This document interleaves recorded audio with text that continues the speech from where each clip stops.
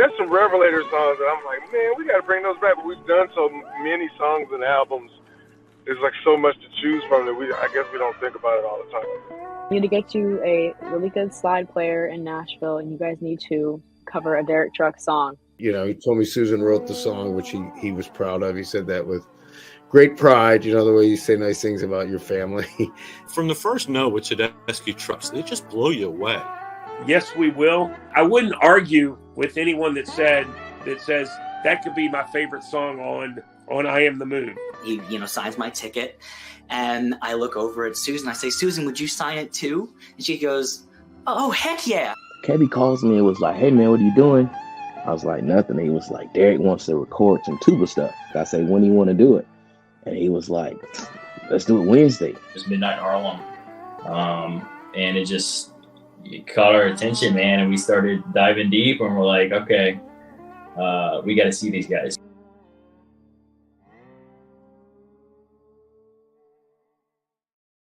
What is up? Welcome to the unofficial Tedeschi Trucks podcast. This is episode number 129, and I am Adam Choit. To follow the show, it's at Tedeschi Trucks Podcast on Instagram and on YouTube. Just search Tedeschi Trucks Podcast. If you are watching, you are already there.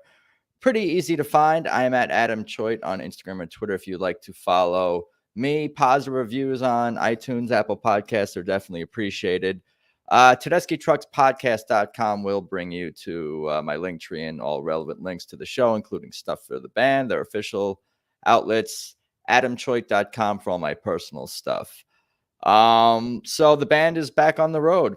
That is good. The band being Tedeschi Trucks Band, and they just played a trio of shows in Wilmington, Raleigh, and Charlotte, all in North Carolina at the Live Oak Bank Pavilion was the Wilmington show, and then as part of the Outlaw Music Festival, which travels through cities. I was glancing at their website, and TTB joined at Raleigh and Charlotte. And we have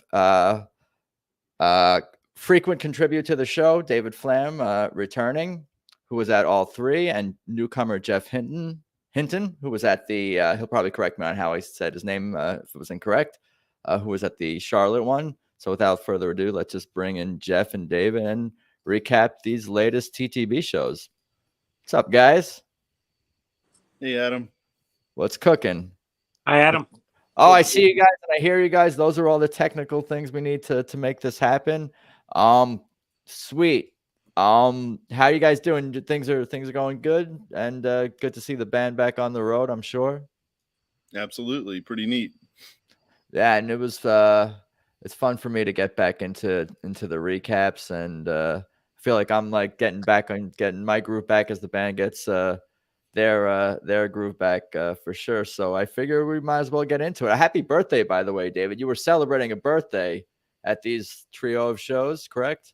Yeah, it ended up my birthday was Saturday. The last night of the 3 nights in Charlotte was my 64th birthday. So we decided, actually, Ann and I decided kind of towards the last minute to make this run. So it was not well planned out on my part, I should say, but we made it happen. So it was an awesome birthday weekend with our favorite band. And this was like, that's great. Happy birthday. And this was like 103, 104, 105, something like that? No, 1, 2, 3. 101, 2, and 3. Oh, okay. First one after the 100th. We've been down for 2.5 months. So we were, we were needing a fix here. I got you. Before we get into the Wilmington shows, Jeff, why don't you tell me like kind of your history with TTB, how you discovered the band, and Susan, Derek, Allman Brothers, how you came into be, how many shows you've been to, and all that stuff. You can tell me about your background and your background with music too, if you want to even go back a little bit further and tell me about growing up and like what you listened to. Did you play music yourself? And where you're from and where you are, and welcome. Well, I appreciate the invite. I've enjoyed seeing your podcasts, and I remember when you started doing these and we're throwing out the idea of doing them, and I'm glad you're rocking and rolling with them, and over 100 of them is pretty cool. Oh, thank you. I appreciate that. And for people who are just listening, because I will put out an audio version of thank you, David, of this. You got a Grateful Dad t-shirt on. Yeah. That's super great. That's cool. Yeah. So with Derek, when I went to Wofford College in 1993, I heard about this 12-year-old that played at a little bar, Union Station, the year before, and that was Derek Trucks. And pretty soon I could see some Derek Trucks band shows in the area south of North Carolina. So I saw him off and on as a teenager, as well as I was, going to college and seeing some other concerts. I saw the Grateful Dead in those early 90 years and watched a lot of Widespread Panic shows at this point in my time.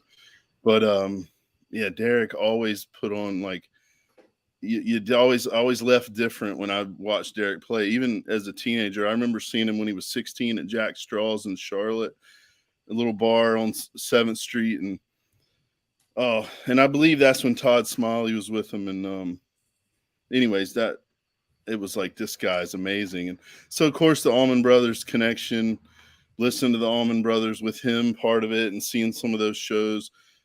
My show kind of going time, as we had kids and slowed down, it really slowed down after 2003 or 4. But I only just saw the Tedeschi Trucks Band for the second time.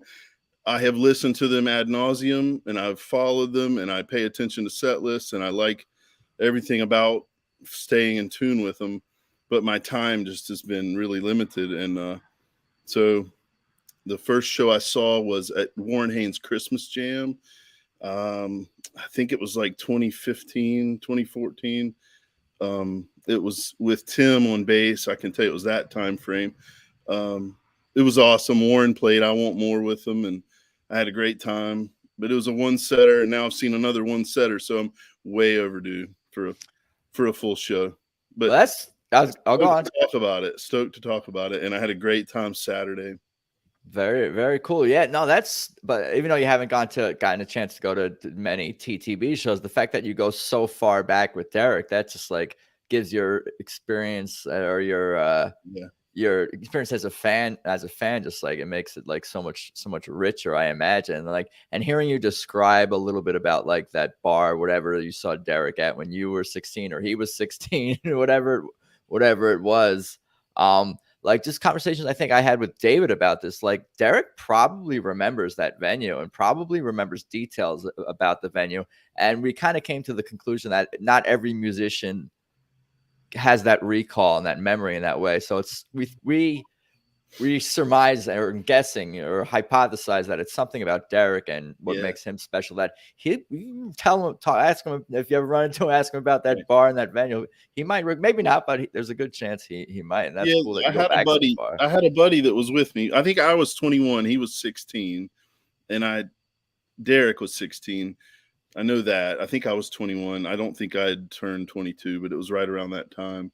But we had some interaction with Derek that night, and I bet he would remember it because I had a buddy with him that I think the situation may have been memorable. And so if he's remembering mundane things about venues that he's been to, he probably would remember that night, knowing him. That makes sense. It's so interesting to hear you use the term, like you left different. And that's like the ultimate, like, I guess, compliment or like just a unique way that, we all kind of have expressed how we feel about like leaving TTB shows. You feel uplifted, you feel something, but like just straight up different. It was just like, yeah, I know what you mean. And just like his slide playing, guitar playing alone, even years before TTB was even a thing, before even, you said this was 94? I think this was 97. I did see him in 94. I did see him a couple times. I know he was 16, so I mean, I think it was before he turned 17 that year. He's born in 80, I think. Is that right? 79. Yeah, this is before he met Susan, certainly, which is like does anyone know when he actually first heard of her and her music? I wonder if anyone's ever asked him that, or I'm sure it's come up, but like I think I've heard him talk about that, but I don't remember.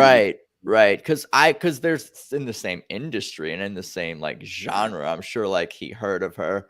Like, didn't have my Birmingham. I don't know. But yeah, that's cool to hear. Do you play any instruments or anything like that? Are you a musician? No, do you have any? Love music. Love seeing it and seeing live music. And I've seen a little bit more live music over the last couple years. So I don't know if my time and my freedom is changing a little bit, but a Tedeschi Trucks show at the little amphitheater in Charlotte or somewhere local. Charlotte's going to have to be my best bet, but I'm looking forward to a not like a regular 2-set show. I think I need that. It's just so fun for me to like talk to someone who goes back that back far with Derek or Susan or the band or whatever the case may be, but isn't necessarily a musician, is just a fan. And then sometimes I talk to young and connect with young musicians who are just like obsessed with this band and Derek and like learning every single note. And like both of like people, like, you know, all kinds of people have like this deep appreciation for the band, and that just like shines through with every conversation I have with someone, no matter what their connection to the band may be or what their like what role music might have in their life. Just everyone has like such strong feelings, like just their music in general. We got a comment here from Amanda Farmer. Hi everyone, my daughter and I were at the Wilmington show and it was incredible. As always, I saw Derek play live first time in 1993. And I have been hooked ever since. Well, you're welcome to join the conversation if you'd like. DM me on Facebook or somewhere or wherever. I might have met her at the show. Yeah, I mean, everyone. Did you meet her? Did she meet? Yeah. I mean, if she goes by Mandy, I think it might be. I don't know. We have to double check. Yeah, but I wanted to say, Jeff, I was at that Christmas jam. I was looking to see when it was. If it was one where they ended with a little help from my friends. Yeah, I think so. It's the only time. That's the only Christmas jam I think TTB played. Okay. That was December 12th, 2015. And Warren also sat in on Keep On Growing that night because that's one of my all-time faves. So I know he was a part of that as well. And that was a great evening. You know, TTB had a fairly short set, but boy, they packed it in that night. That was awesome. So you got a great one that night. That's for sure. Good to hear. Yeah, that was awesome. That was my first. I think I went to 2 Christmas jams, so I guess that was the one they were at. I'll tell you that's as a side note, the Warren Haynes puts on a heck of a thing, and it's a great charity. And Warren Haynes Christmas jams are something to go to for sure. Absolutely. Mandy says Wilmington was my 13th TTB show, my daughter's 8th show. That's very cool. That was me, David. Yes, that was you. You got a special gift from I think she got a gift. Her and her daughter got a gift from Alicia after the show. They were down front, and I think she handed them some special goodies after the show. That was very nice of Alicia to take care of Mandy and her daughter. So that's awesome. Yeah, I mean, awesome.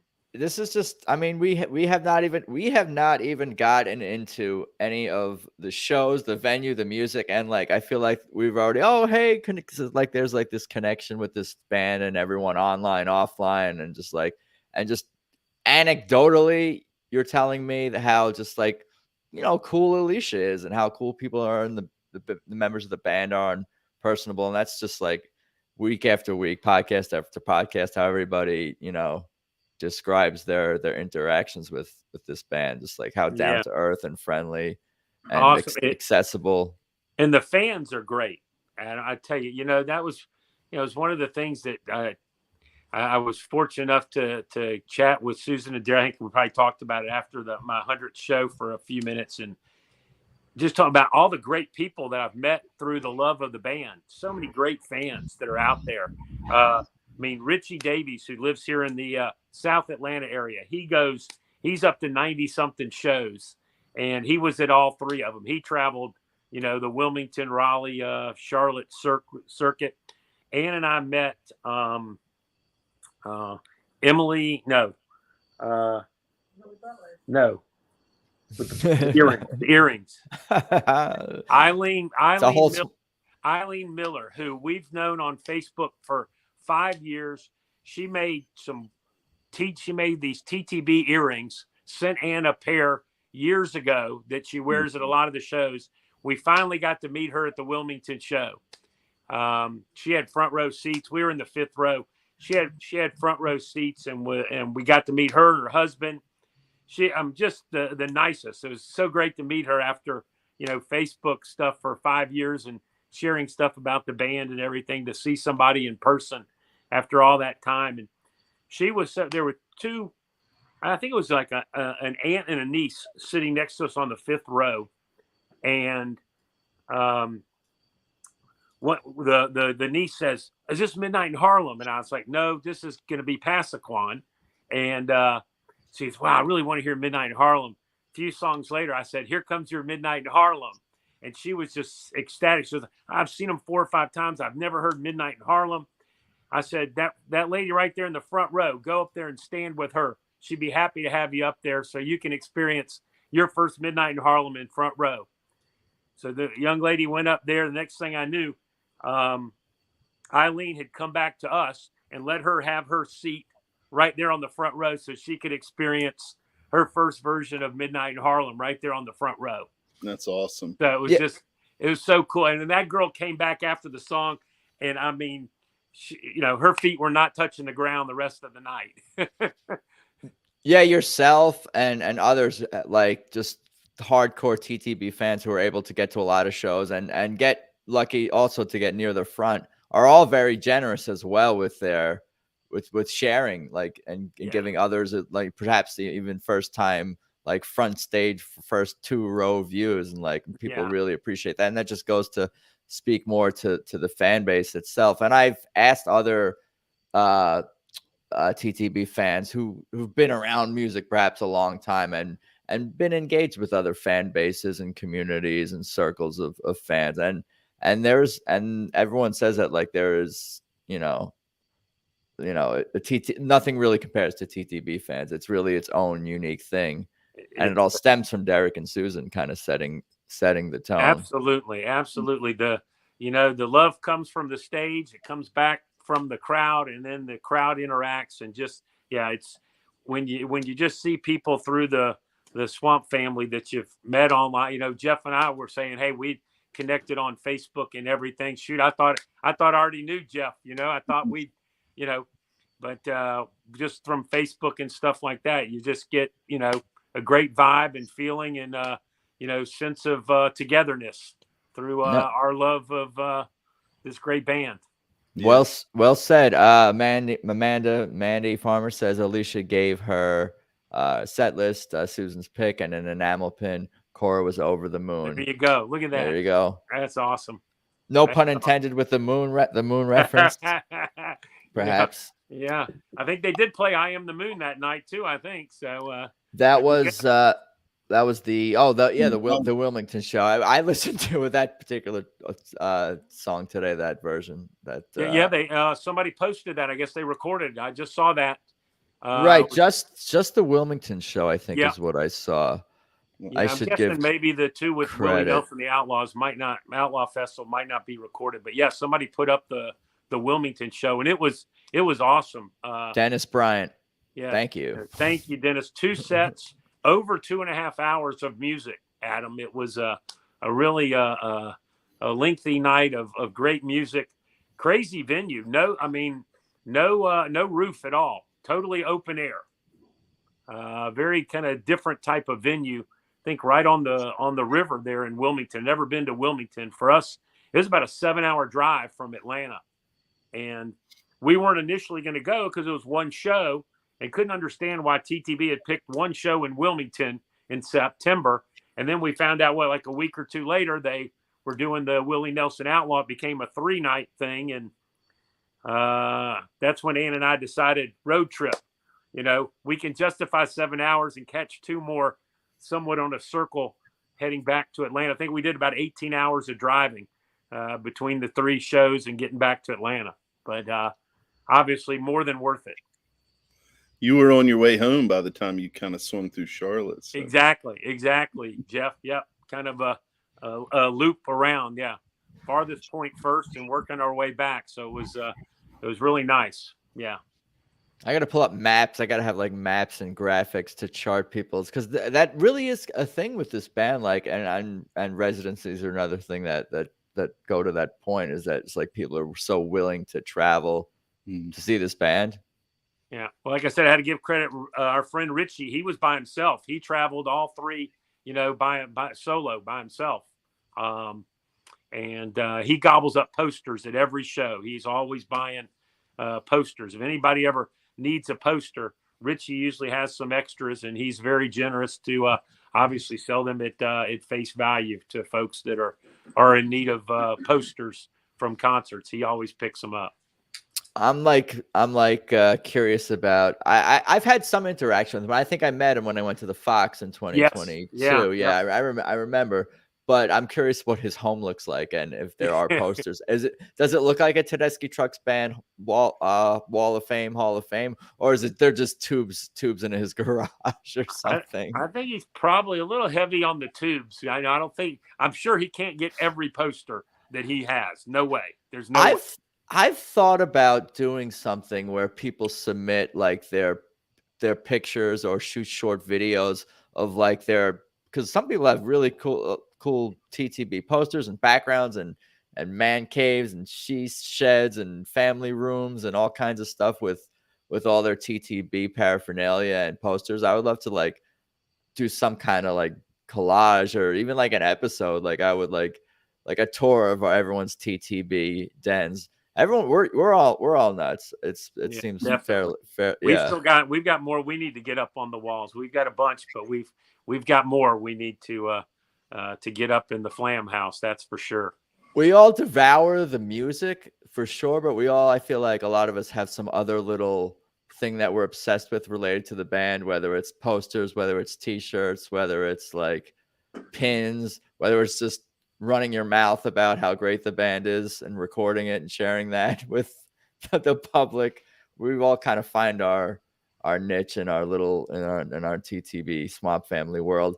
But should we get into the set list? That's probably not the worst idea.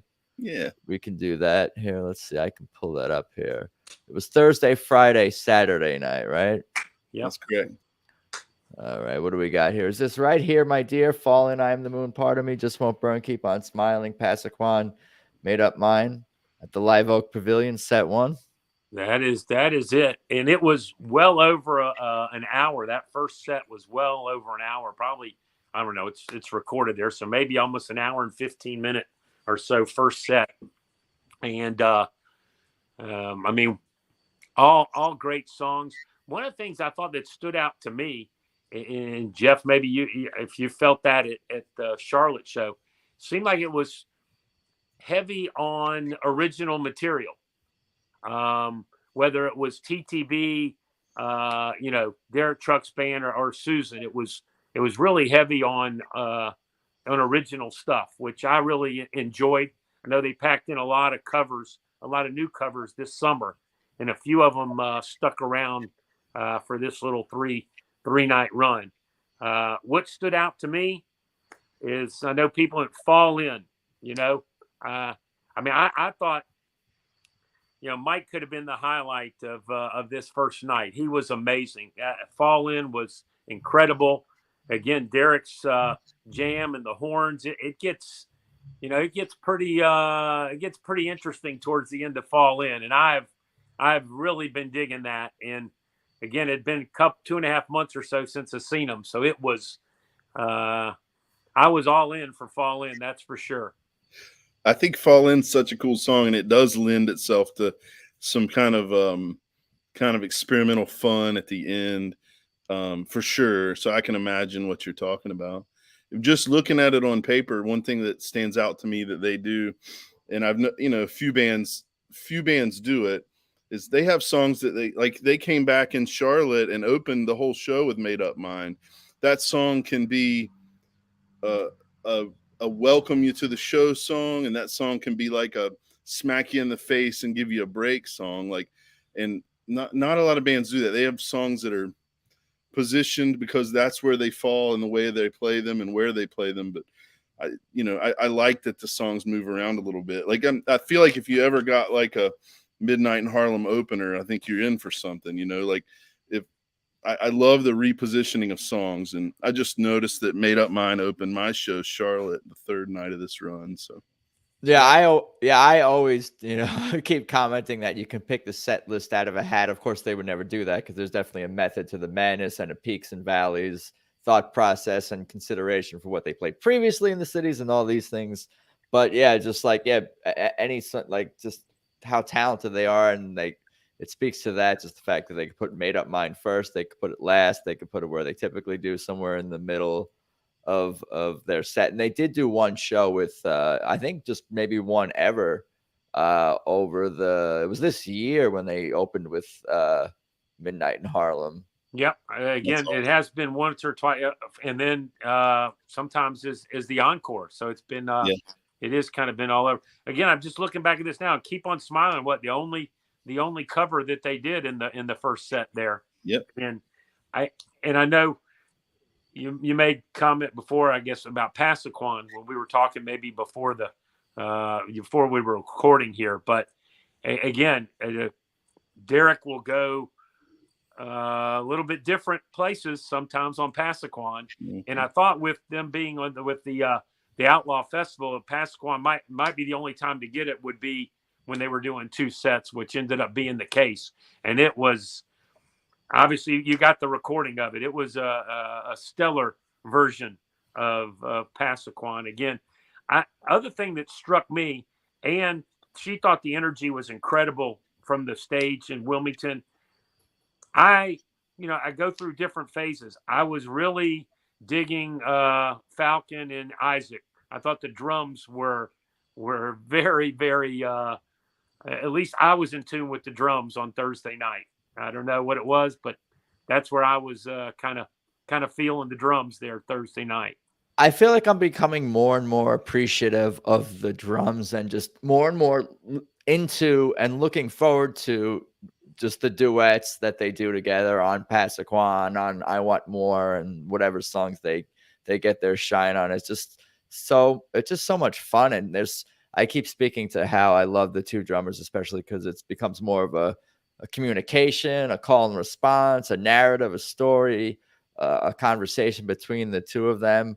And also, like I said, there's just a rhythmic quality to it that's super engaging and foot stomping and fun to follow at the same time. It's rhythmic, but it's rhythmic, but there's also improv. And I just find my ear gravitating more and more towards it. Like, even like just when I listen to music, because I feel like everyone has like certain way of listening to music, and I hear and pay attention probably more to the guitars and things like that. Other people will listen to more low end or bass or the drums or our drummers themselves and notice some of the details. But as someone who knows very little about the instrument of drums itself, I just find myself listening more closely to Isaac and Falcon and even picking like out who's probably doing what just from listening. It's interesting to follow. There's just, your ear just jumps from element to element, and it can be almost overwhelming, but overwhelming in like a great, fantastic,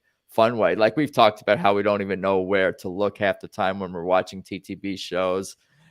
And do we look at Susan or do we look at Derek watching Susan? And I said it's probably better to look at Derek looking at Susan, because you can still hear Susan while you're watching Derek, although they're of course standing pretty close together on stage often anyway. But I think it's great to get pictures of Derek watching Susan. If you can snap some pictures of his facial expressions when she's hitting some things on Just Won't Burn, or even some other things that she's doing, it is entertaining to watch Derek and some of the faces of admiration that he makes.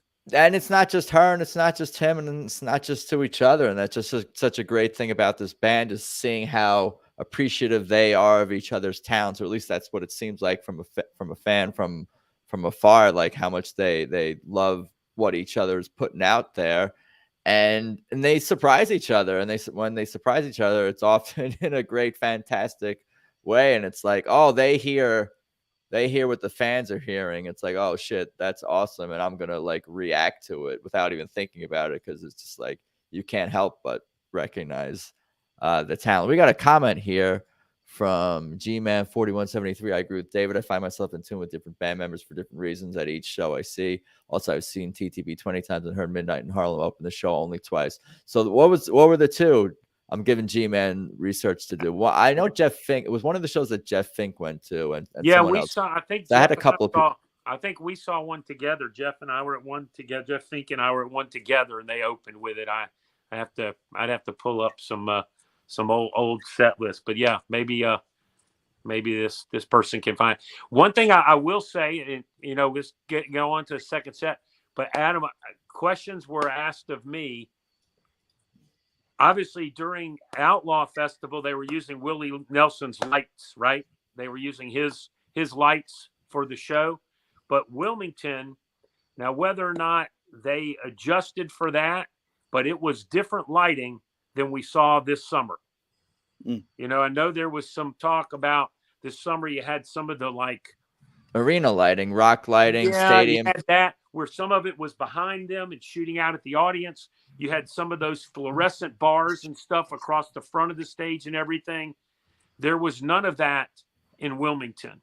It was, I guess, a little bit more of what you'd seen in the past.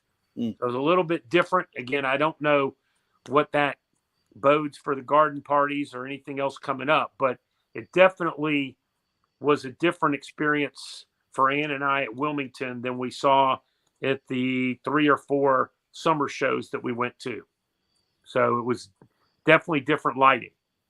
Yeah, I mean, just from afar, it seems like that's kind of a work in progress, and conversations are being had and things are being, figured out, like what's best for, because they play in so many different places and the arenas are going to be a new thing for them. So I wonder if that's something that they're not concerned about, but I feel like the music is never something to be concerned about with this band. Again, I don't know if it was a one-off or if they are, trying different things or whatnot, but I know there was a lot of talk about it. It was different. I wonder if it was better or worse, but it was different. I wonder because they were joining Outlaw for more than just the 2 we saw, or these 2 in North Carolina. They went to Tennessee and played. No, TTB was just the 2 nights with Outlaw. Yeah, it was other folks. There was a bad listing I saw somewhere. Yeah. I realized I didn't hear anything about if they played, so that makes sense. But I wonder if they didn't carry or set up lighting the way they've been doing or plan to do just because it was a one-off show before they joined Willie. Yep, good point. It certainly could have been that, Jeff. Don't know, but I did have some pictures, Adam. I should have sent them over to you, but I didn't, because I took a few pictures just of kind of the whole stage, because I had taken some from the summer and everything. It was just kind of looking to see, what the difference was. But, there are quite a bit of more Outlaw tour shows I see coming up with. It's Willie with different. He's got different people in different cities, and I had never seen the Outlaw. I loved it. It was great. It was great. I went a year ago. Let's get the second set of this one first. Adam, let's get Wilmington out of the way, then we can talk Willie Nelson and all that good stuff. Yeah, I was going to ask that, because I know some people have mentioned Willie as a possibility for the garden parties, I guess, because what is his birthday this year, or is his birthday falls on there, something like that.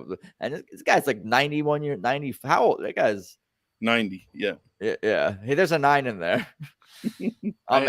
I will tell you this: his fingers get around that guitar pretty darn good for 90 years old. I had never seen him live. And we got to see him 2 nights, and it was very impressive. His work on the guitar at 90 I thought it was very impressive. Yeah, that's insane. That's amazing. And maybe that's I'm sure that's part of what keeps him young is playing guitar. But set 2, playing with my emotions, ain't that something, feels so bad, take me as I am, come and go blues, midnight in Harlem. I wish I knew how it feels to be free. Anyhow, I want more, and Beck's Bolero, and show me for the encore. Is that accurate? Is that what we heard? Not, can you throw it up? I'm gonna actually present it too. That helps, because you guys can't see what I'm seeing. That second set in Wilmington was spectacular. I mean, it was spectacular. Shameless plug, ain't that something? I've got a recording of that on my YouTube channel. I recorded that, not Facebook Live, just a regular recording, which I don't do too much of. So I put that up there. That, and I also recorded Midnight in Harlem from this show. But to me, it's hard to say highlights. There were so many in this second set, but I'd be you'd be hard pressed to convince me that there's something they're playing that's better than Feels So Bad right now. Mike Madison, oh my God. Just listen. Did you get to listen to that yet today, Adam, on the recording? Did you I have listened to that a few times. Oh my God. I mean, he kills it. The vibe. I mean, I mean, I'm in love with that right now. That I can put that on repeat.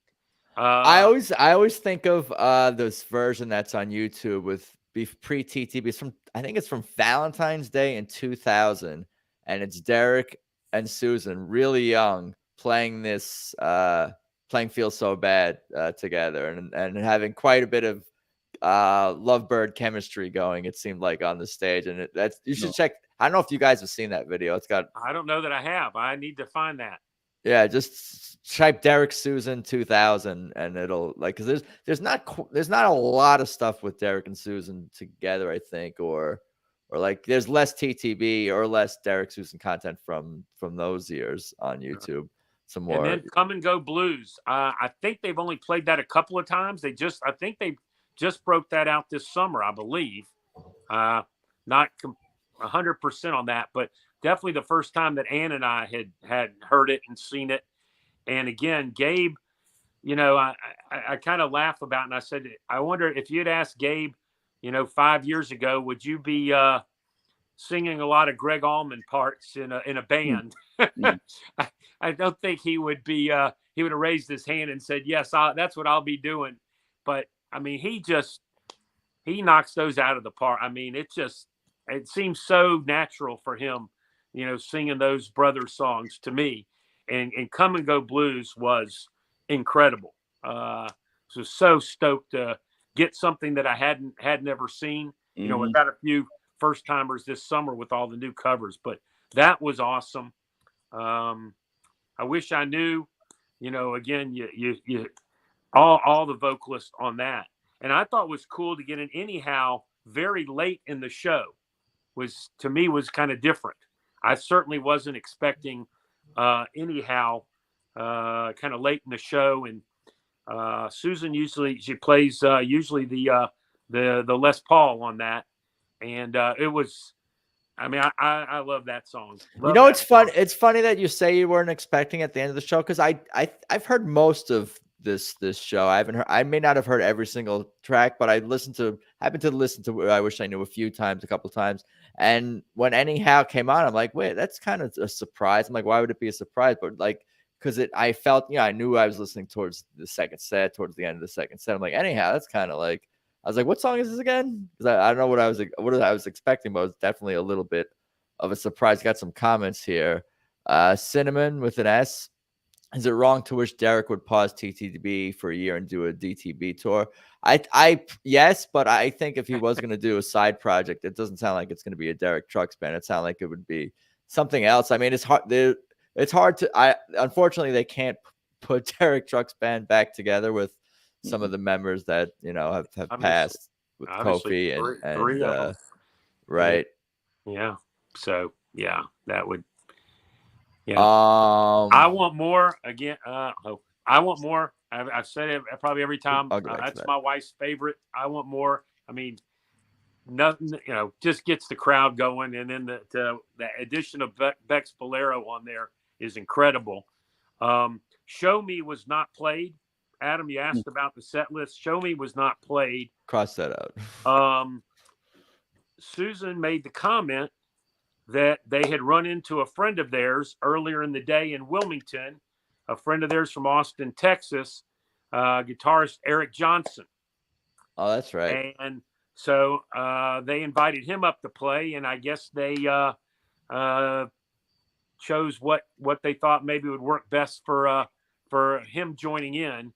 And as much as I love Show Me, couldn't have been happier with a Leaving Trunk Volunteer Slavery 1-2 punch for the encore with Eric Johnson. Some people have some video. I mean, it was amazing. I saw it. Yeah. You see the smiles from Derek and Susan with Eric Johnson on there with. I mean, again, this second set was phenomenal. for my taste, phenomenal second set.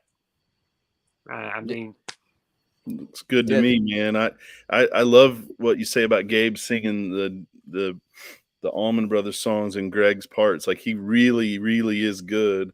And I have heard the Come and Go from this show, and it's new, right? So it's kind of fun to listen to. But there's some of the other songs he does. I mean, he does a great job with his vocals. Something he really, really adds to what he brings to the band.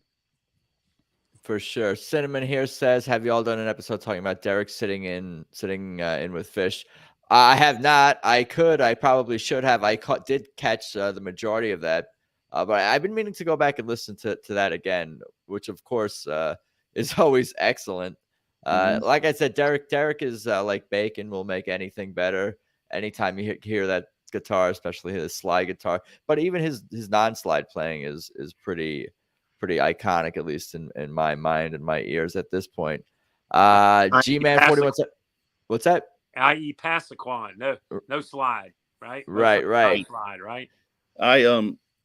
We can leave the Fish and the sit-in to another time, but I listened to it, and I've listened to, the lock-in sets that they did, that he played with Trey's band, and then Trey played with the Layla album stuff.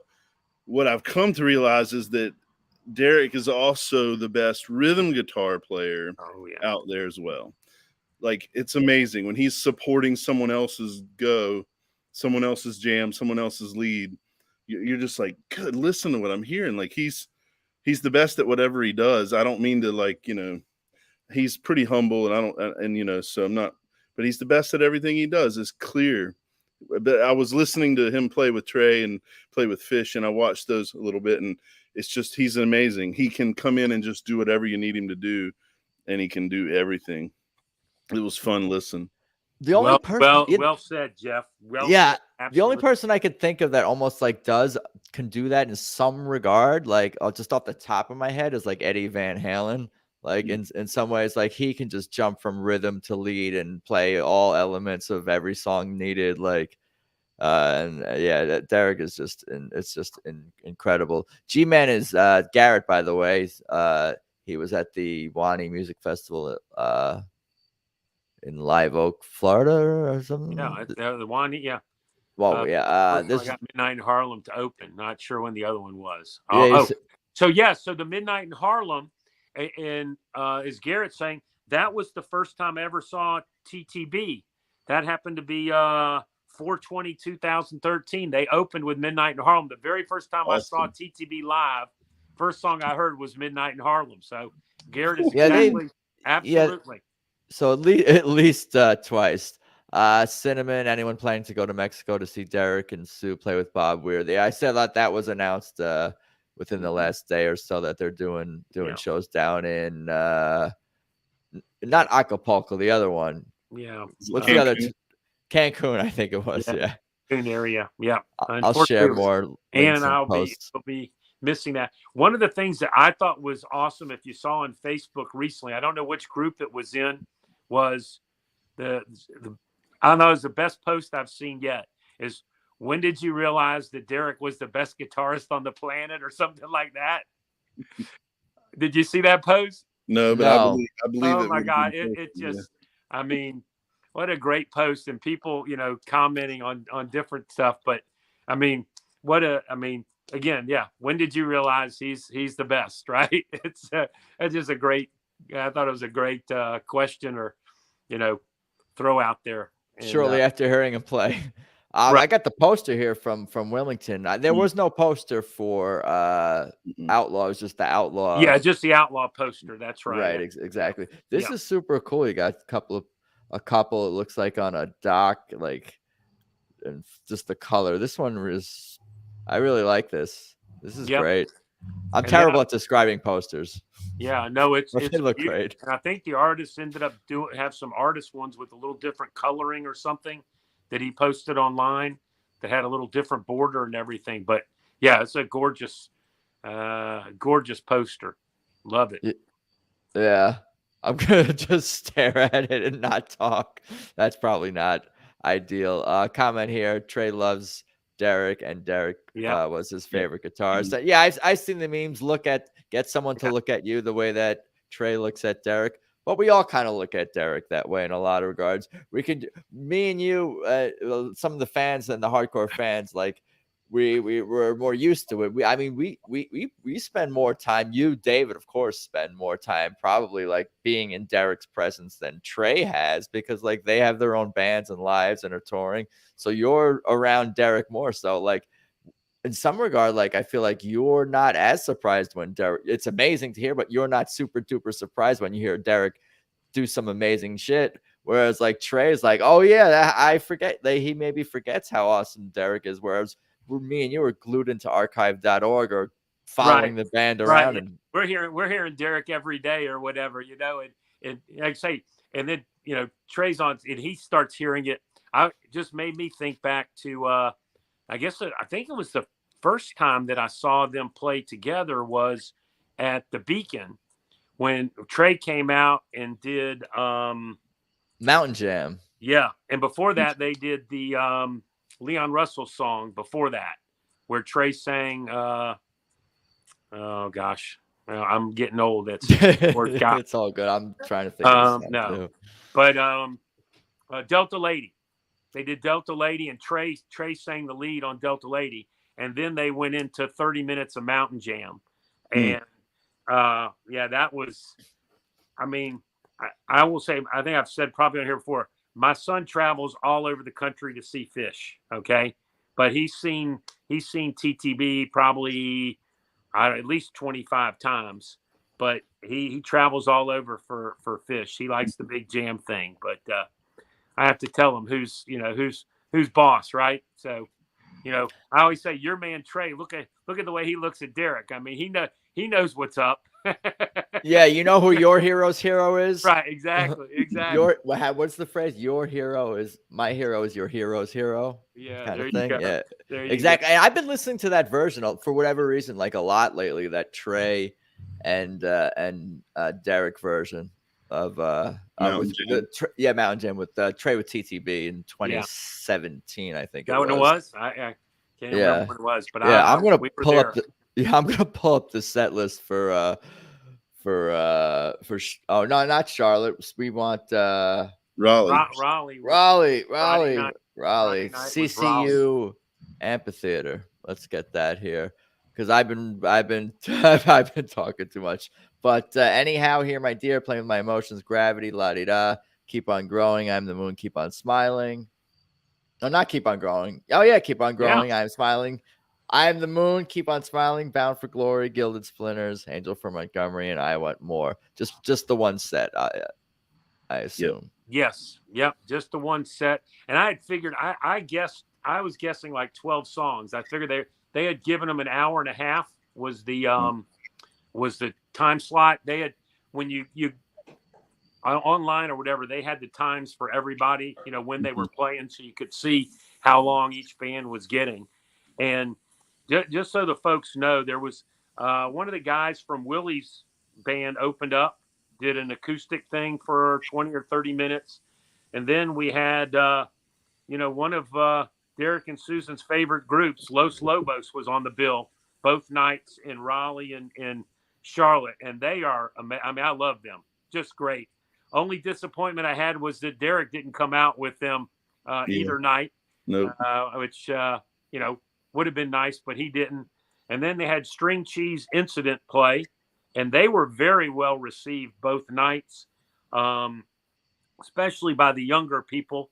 They were up dancing and a great time. And then Willie came out for an hour with his group, and then at the very end had pretty much all the TTB out and String Cheese out for a little something there at the end that was really cool. But a great set here. Again, they went from Anyhow being towards the end of the show the night before. And it was funny, as the guy in front of me said, you've been to a lot of shows, what are they going to open with? And I said, gosh, I have no idea. And he's like, no, you have to guess. You got to give me something. And I'm like, okay, I'm going to throw out Anyhow. Oh. And then she comes out with the telly, and I'm like, I'm wrong, because I always thought she plays that with the Les Paul. For a long time, I think she maybe used to play it with one of the Fenders. But she played it Thursday night with the Les Paul. There you go. And then Friday she played it with the other guitar. So depends on where it is during the set, man. I guess I don't know, but anyway, she played, and so I ended up, when my 1 in a million guests, and I got the opener right by hook or crook. So what was the outro solo on anyhow? Was it Susan on the? Yes, it was. Okay. Yes. I thought maybe it wouldn't be if she was on the telly versus the Les Paul, because I feel like she's going more to the Les Paul perhaps for like a heavier, different sound for more soloing purposes. Yeah. But again, as you look through here, again, a lot of original stuff, maybe a little more covers. Playing with My Emotions, love the groove on that. Gravity is, a new favorite, certainly for me. It was nice to hear Lottie Die. I hadn't heard that in a while. And then Keep On Growing was, the first, after 5 originals, was the first cover that they did. And I always love Keep On Growing. Mm-hmm. And then Keep On Smiling again. And then, I guess it's still my favorite original is Bound for Glory. I guess that's still my favorite. It's so hard to pick, but love getting Bound for Glory. And of course, Alicia kills it as she always does at the end. And Gabe, I thought Gabe really stood out on the keys on Bound for Glory. Great organ solo. Towards the beginning of Bound for Glory. It was just amazing. And then, of course, get Tribal with Gilded Splendors. And then Angel was strictly a standalone Angel. No Sugaree, or I think maybe time constraints. They wanted to make sure they were getting in, enough. But it was strictly just an Angel from Montgomery, so you don't usually hear the ending of that. I'm trying to listen to it and think about how the song actually does end. Right. Like either like on Bonnie Raitt's version, or I think it is just fades out. So I'd be interested to hear, how did that actually end? Yeah, or how did they? And then of course Bex Bolero was on the end of I Want More to close. Okay, to close the show. Yeah, Bex Bolero was definitely included on that. Well, I was paying attention to this show a little, and I was really looking to see if I could get a Keep On Growing in Charlotte. And even though they do, I felt like I probably wouldn't once I saw it come on this set list, even though there are some back-to-back songs periodically, and on this weekend there was. But that was something I had been like building up for a week or two. Like, that's what I want to hear, But I'll listen to the recording. Yeah. I know the feeling. You miss some things by one night, right? Yeah, for sure. Yeah, I haven't seen any audio for the last two, the final 2 North Carolina shows, but I haven't dug too deeply on YouTube and to see what's out there either. So I've got a number of Facebook Lives from the last 2 nights that I'll be posting on my YouTube channel, the Facebook Lives, which aren't as great as just the regular recordings that I did from Thursday night. Because Thursday night, there was no cell service at that place in Wilmington. No cell service whatsoever. Right. So I just went to straight recordings, which are nice because I like to share, in the moment with friends out there that like to watch along when it's happening live, Yep. Just a stellar set list, set list I'm looking at right here. Half right there. It's pretty packed in. It's a chance to do like a big second set show, of a show all in one, having that hour and a half time slot, the longest time slot anyone had, as you mentioned, they told you those, they had the longest time slot. And I was thankful for that.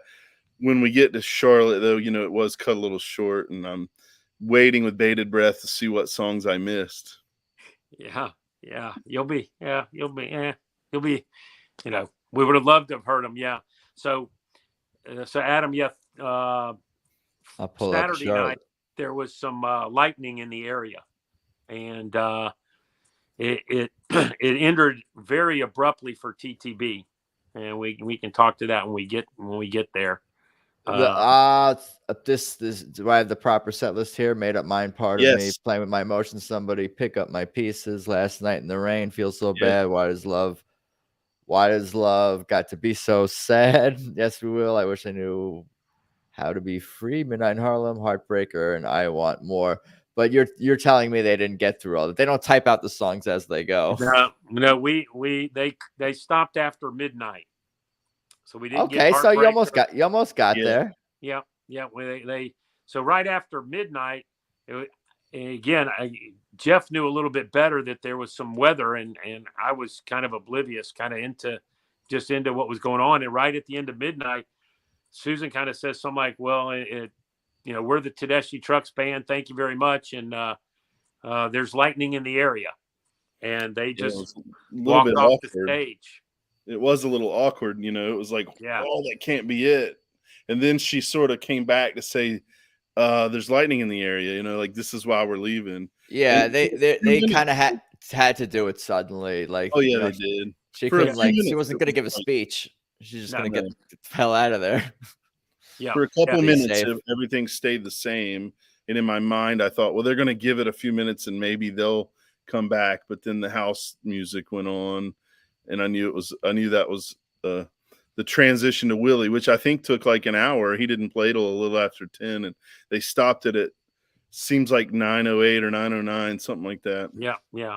So Did there you was a feel little like- bit lengthy pause because of the weather, I think, for them to get Willie out there. Yep. Yeah. Did you feel like Midnight in Harlem, the song was cut short, or did they just happen to Oh no. end the- No. not They at all. finished. No, they Yeah. finished midnight. So in No. some ways, that's kind of like magical is not the right word, because you wouldn't want the show to be cut short, but that it lasted just long enough to get a full version of Midnight in Harlem. There's something sort of special that the weather and the elements just held up for that. I guess I'm trying to spin it. Well, that's positive. what good. It what was I great. noticed from where I was is I noticed Bobby coming out like towards Derek, and I was like, well, is he gonna? They're not gonna play Passaquan. He's gonna bring him a guitar or whatever? So I noticed him coming out, and then I guess they were letting the band know that they were being asked to come off the stage due to the weather, and so yeah, it was very a little bit different. So At the beginning of Midnight, the quiet part and the quiet build, there was some lightning up above the stage, out of David's view, but from the front of the lawn, I could see it. And it wasn't like really close, but it was bright enough, and there was audible noise from the crowd, like ooh or oh, from the crowd and we saw 4 or 5 of those. But they gave a midnight that was well into the above 10 minute. I mean, it seemed to me like it was a normal length. It was a nice midnight. And, but then you could tell like they had been asked, but they did not cut it short. It didn't seem like anything abrupt about what they did. no, Not that I would judge them if they did. I just want I just want the story and to paint the picture. Was it raining? It was drizzling to moderate rain during their set. Wasn't as bad as the year before. I was completely drenched at the Outlaw Festival the year before. Completely drenched. It wasn't as bad. I wonder if it rained some between TTB and Willie. Yes, I know. Yes, it did. I think it rained harder then. Yeah. Once they went off or whatever, I was gonna go outside, out from under the cover there to see about something, and it was really coming down at that point. So it did come down pretty hard at some point, and then it eased. When we ended up leaving after Willie, it had stopped raining completely after his set. But hey, let's talk about some of this music. Yeah, here. I wanted to ask about Somebody Pick Up My Pieces. Did the crowd especially react when Susan went into that? Did Willie? Do we know if Willie maybe even caught her playing it or anything like that?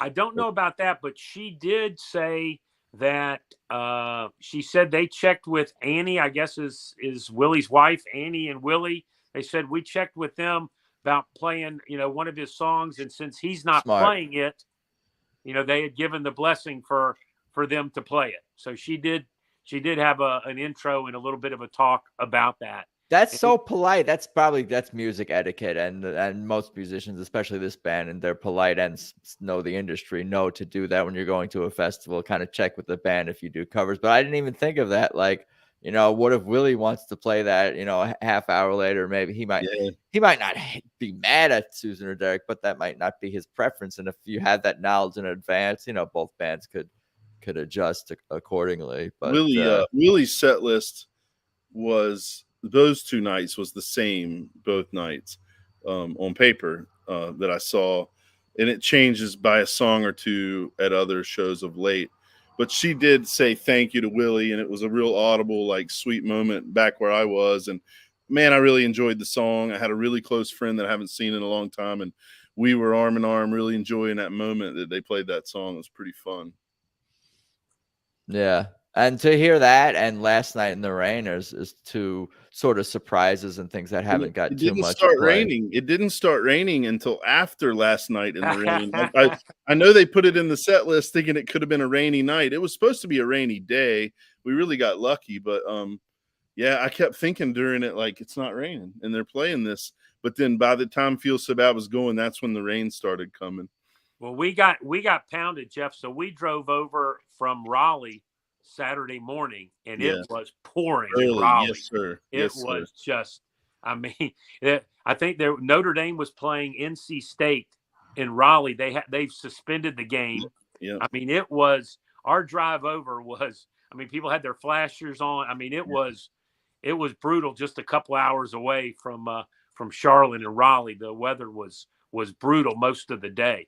Yeah. So we were fortunate that it did hold off. And then we got Feel So Bad again. I don't know. How'd that sound from where you were, Jeff? Again, I was dancing as bad as I can. I was telling my friend, I was talking about that song and how we probably wouldn't hear it, but I thought he would really like it. It was another friend that went with me that hadn't seen them before. So we had a nice, exciting run from somebody pick up my pieces through that, and the rain started, and we knew we were going to get wet. And then David Hidalgo came out. So it was an epic feeling show for me through all of that. And I heard you talk about Yes We Will on the, I think Adam's intro. My intro, yeah. And I got those albums and really dug into them for a whole solid year when that came out. Like, each month I got the CD because I have a CD player in my van, little old school. And Susan just let it go. It's a great song. And I don't know, it was an epic moment for me during Yes We Will. Almost my favorite thing of the whole set I saw. Love that. I love that she gets her run and that she holds up and holds her own and does everything just the way she does. It's pretty awesome. Great song. Yeah, it really is a very Susan-centric song, from her singing it and putting, her values into the song and sharing her inspiration, both, with her intros and lyrically throughout, and the guitar work and the interplay between her vocals and the guitar work and the soloing. Yeah. It's the tribute it is to BB musically and really blues music in general. It's just like such a great modern but also timeless version of a blues song, like really true to Susan roots. And in some ways I feel like it's a song we could have maybe heard on a Susan record years ago, but with TTB in 2023, it's just like taken to the next level by the support she has around her and through her own growth as a musician, whatever, and journey all these years leading up to writing the song and taking it on the road and having it become what it's become, which is like a favorite in the minds and ears of so many people. I'm gonna let you guys continue to talk amongst yourselves, and I totally agree, Jeff. And I think her lead on Yes We Will, I mean, again, she, like you said, she is just the star of that song, all the way through it. Her lead on that is terrific. Awesome. I love the smiles on the stage when David Hidalgo comes out. I mean, you can just see the love they have for him and vice versa. I mean, just, awesome. I mean, that was tremendous. Yeah, great song, great respect, sounded great. We're in the middle of talking about their set, but I have seen Los Lobos a few times, but it's been a number of years. And I really enjoyed it. And I really enjoyed the La Bamba Good Lovin'. It reminded me of some old tapes I had, and Jerry and Grateful Dead played that little segue sometimes, La Bamba into Good Lovin'. And so it kind of made me remember listening to that from them. And I had a great time during the Los Lobos set, as an aside. Oh, That's probably done purposely, isn't that? That is more or less a Grateful Dead tribute by Los Lobos playing those songs, yeah. and they probably play them in a similar style, I'm guessing, as well. The Good Lovin' sound a bit like the way that Jerry and them played it. Right. Sure. I love Los Lobos. I mean, they could open for TTB. They could play with them every night, and I'd be more than happy. I mean, they are great. I did notice they did not have their regular bass player with them. It's a different fella. I'm sorry? Yeah, it was a different fella. I didn't either. Yeah, and somebody told me they thought it might have been David Hidalgo's son playing bass. I can't confirm or deny. Someone suggested that. I don't know. But they were terrific. They actually had, as I think you saw, I think it was the Charlotte night, Jeff. They had the harmonica player from Willie Nelson's band come out and play with them. And then not only did Hidalgo play, but the sax player from Los Lobos came out as well and joined in for two songs, I think. Yeah, for a couple of songs with the TTB horns, which was really nice as well. So they spent a lot of time together with the Wheels of Soul stuff. I think Los Lobos has done it a couple of times, or an extended number of shows, and they do come out together. And to your point, I kind of thought we might see Derek with Los Lobos, but I did too. I thought we might too. Might have been a good buffet put out at that time or something, you know. Yeah. Long night. We'll give Derek a pass on that.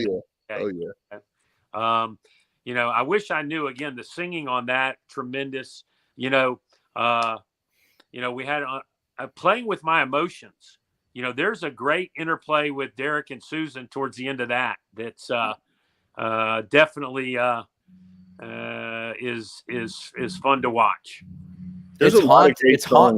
It's haunting, the end of that song. I really love what they're doing with that song. It just continues to grow on me more and more and more. The Playing with My Emotions.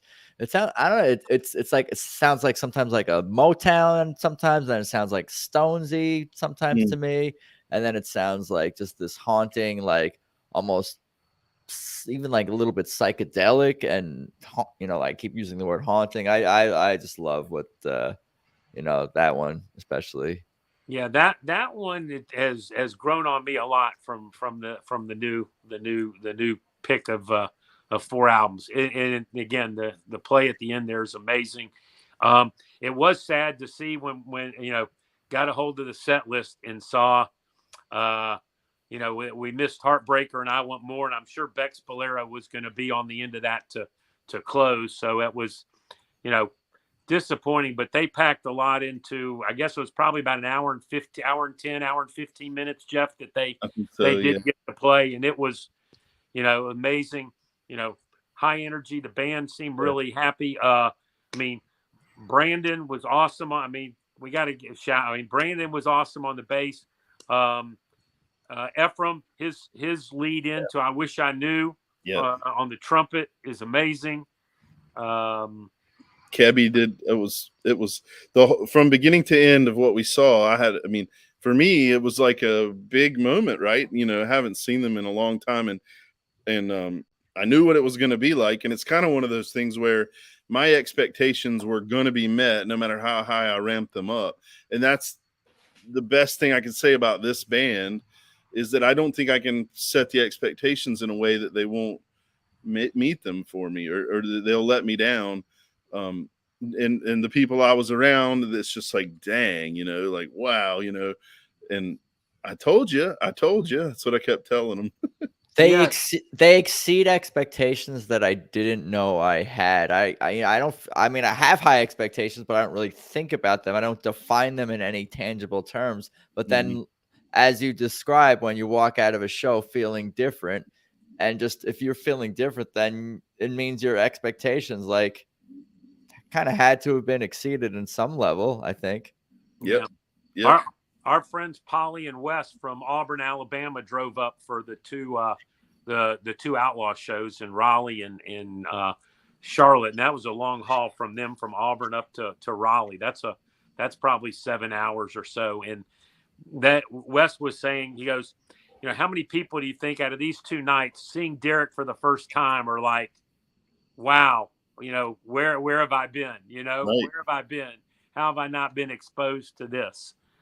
So we probably converted some more people over the 2 nights with the Outlaw Festival. I like that they joined it. I went last year, as I said, and I've seen that it's been going on since 2016. And of course, Willie turned 90 and had that big party out west with all those acts, the real expensive 2-night show he did. But the fact that he's doing an Outlaw Festival show with bringing in the different bands. I mean, every band that I saw last year was different than this year, except Particle Kid, the first act. He was the first act last year too, but everything else was different. So you see some different things, and Willie's still just trudging along. And for $25 on a lawn seat at that, I mean, I really appreciate Willie for that, and for the opportunity to see TTB in Charlotte. I thank Willie, because that it lined up perfect for me. And I really have to stay close to home. I branched out to Winston-Salem this year for a concert, but that's the first time I think I went somewhere besides Charlotte in 7 or 8 years for a show. So I really do stick close by. So I'm real thankful for Willie, for sure. Good stuff all around. Anything more about the weekend, the shows, anything else you guys want to share? I'll put in a couple of comments more from Cinnamon here. Trey has sat in with the Almonds as well, so that might be something to dig up. I might have to dig back into that catalog and find some other different versions. He as well says Derek is killing it on Bex Bolero this summer. Great tribute. Yeah, that's just, it's so epic and so triumphant. There's a few songs that are like sort of have a triumphant feel to them. Let Me Get By has a triumphant feel, I feel like, and so does like Bex Bolero, even as an instrumental in its own unique way. Cool. Anything else, guys? What do you got for me? Anything else you want to share? I appreciate the time and the recap, certainly.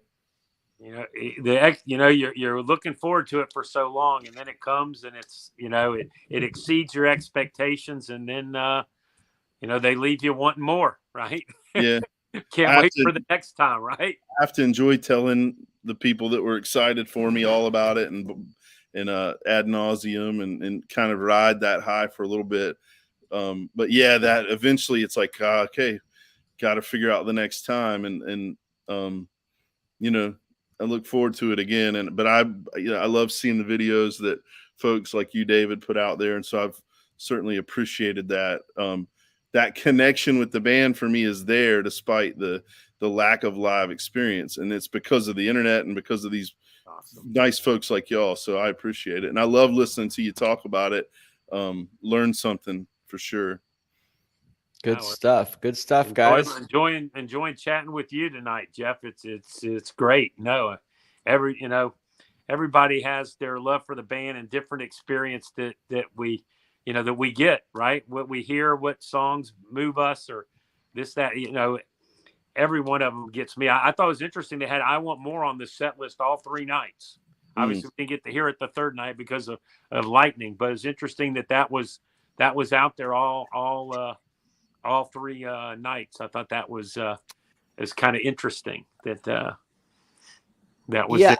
Maybe which is my wife's favorite song. So that's awesome.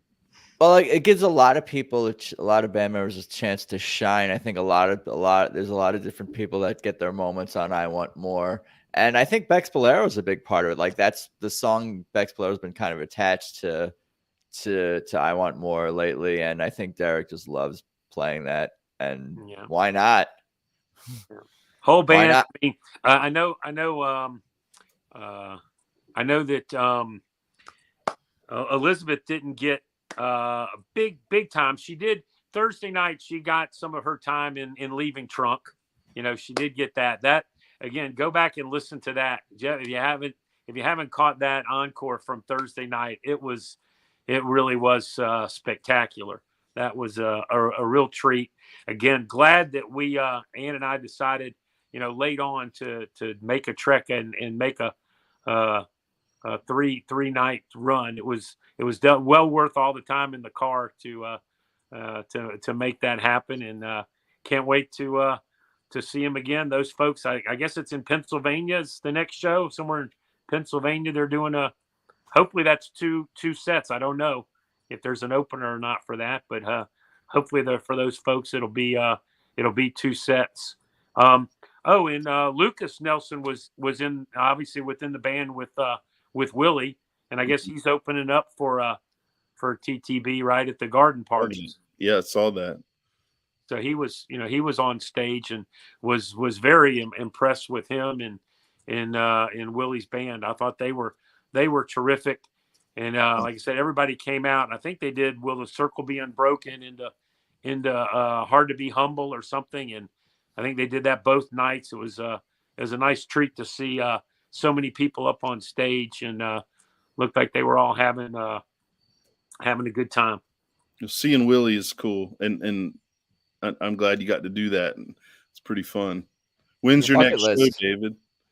We're gonna hit the 2 garden parties. We're God willing. We're all about, yeah. God willing, we're going to be at the 2 garden parties. We're not going to Japan, and we're not going to Mexico. We'll see. So maybe Mexico, I think, is a better shot than. Yeah, but you didn't say you were going to these. You said you weren't planning on going to these shows. No, I wasn't planning on going to these, but it was my birthday or whatever. It made kind of end up coming together and making good sense, and worked with our schedule. But the Mexico thing, I think it's just Derek and Susan. And I think they're sitting in, like one night or something out of the 4 or something. It's really a tribute to the Grateful Dead and everything. So I'm sure there's some strong TTB people that will be attending. I'm sure it'll be a blast. Mm-hmm. So hopefully some of our friends will send us back some recordings or something from whatever they participate in, because Derek and Susan are just going to make it that much better. So of course. Thank you guys again. It's good meeting you, Jeff. I'm going to do my outro here. You guys can hang around for a minute and we could chat a little more, but good stuff all around. Glad that the band is back on the road. We're getting some audio, we're getting a little bit of video, and more music to come, the garden parties and whatnot. So take care, guys. Yeah, Jeff, nice to visit with you. Adam, always a pleasure. Thanks for all you do for TTB and us fans. Absolutely. You got it. Thanks, guys. Peace. So there you go, episode 129 with Jeff and David talking about TTB in the Carolinas, doing 3 shows there. Hope everyone is doing okay out there. Please check out Tedeschi Trucks Podcast on Instagram. Subscribe on whatever platform you listen to podcasts on. Subscribe on YouTube. Give the show likes. That's always appreciated, certainly. Tedeschi Trucks Podcast.com for everything related to the show. Tedeschi Trucks Band.com is their official website. Thank you to the band. Thank you to the crew. AdamChoit.com is all my personal stuff. Looking forward to the garden parties. Maybe I will do a recap of Derek joining Fish.